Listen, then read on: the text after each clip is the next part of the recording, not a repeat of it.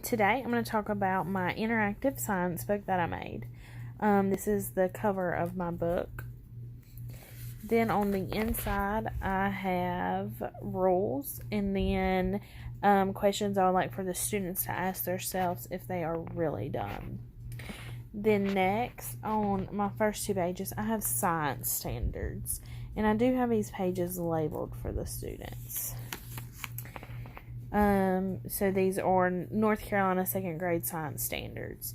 Then I have on page 3 and 4, table of contents. So as you can see, I went ahead and labeled a few. I have their science standards, some vocabulary rubric, and notes. And then I have a few more.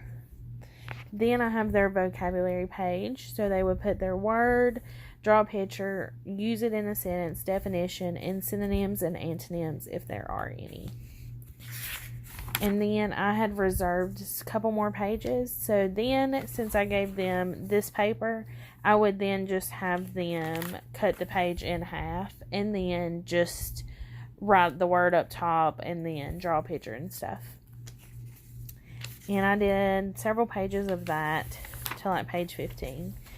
And then after page 15 would be for notes for them and for me. So they would have to write what I'm writing. For the lab I did was the life cycle of frogs. So this is my book. For the students, it was given a page and these squares were blank. So they would have to have cut out each square and then place it, and then I would have them label. So I had already done mine and theirs would be separate. So they would have to cut, glue, and label. And then this is for second grade. I thought a neat thing is for them to know what instruments are for science. So I have not completed this. This is what theirs would look like, and they would complete three tools that measure are, and they would find the 3 that are for measurement. Then 3 safety tools are, and then they would have to answer these, like drinking from a beaker, is it safe or unsafe? And then this is a thing I did for the science tools, so second graders would know what kind of science tools they would need. And this was an actual worksheet, and then these were separate, so I cut them out and then glued. So I thought that was really neat.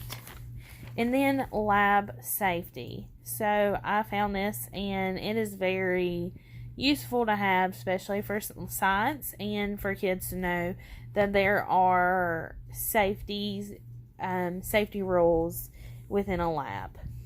And then I have their rubric, and then I have a part for their unfinished work. And that is the end of my notebook. And all pages are labeled to 200 pages. Thank you.